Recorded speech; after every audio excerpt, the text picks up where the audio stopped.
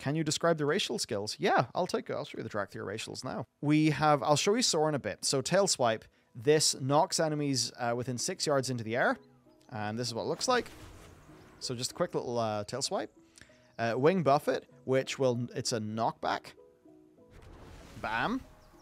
There's Familiar Skies. You fly 20% faster on continents you fully explored. Shit, that's pretty cool. Other things. Racial Passive Discerning Eye. Increases your perception by 50. Perception increases the radius of tracking mining and herbalism nodes and the chance of finding additional rare materials when gathering. So this is tied into the rework of gathering professions where clearly perception is actually a statistic that you will have that will, increase the radius at which you can see things, but then also, give you a chance of basically getting some rare, cool shit whenever you gather a node. There's Awakened, which increases your mastery by 2.5%, and then just, your armor skill, which is male. Languages, Common and Draconic. Principles of Soaring, that's just your racial thing for Soar. Thrill of the Skies, that's just dragon riding. So yeah, there's the racials. And I'll show you Soar now. Now there is a super here from Chris Wallace. Does /follow work during dragon riding? I'm a blind player and use it to navigate the world in a party, but I'm worried I won't be able to play. That's really unfortunate, actually. Yeah, I am 90. It wouldn't work.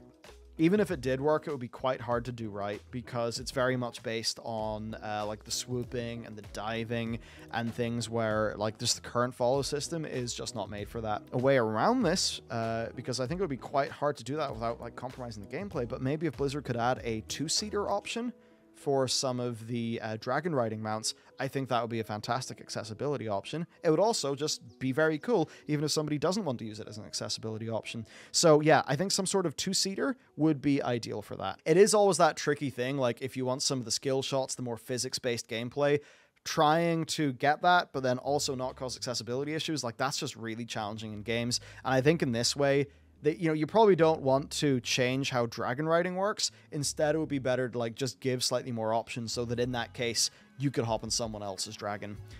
Now to show the final and also flying related dragon or Drakthir racial, I can use this. Soar. So I fly up in the air.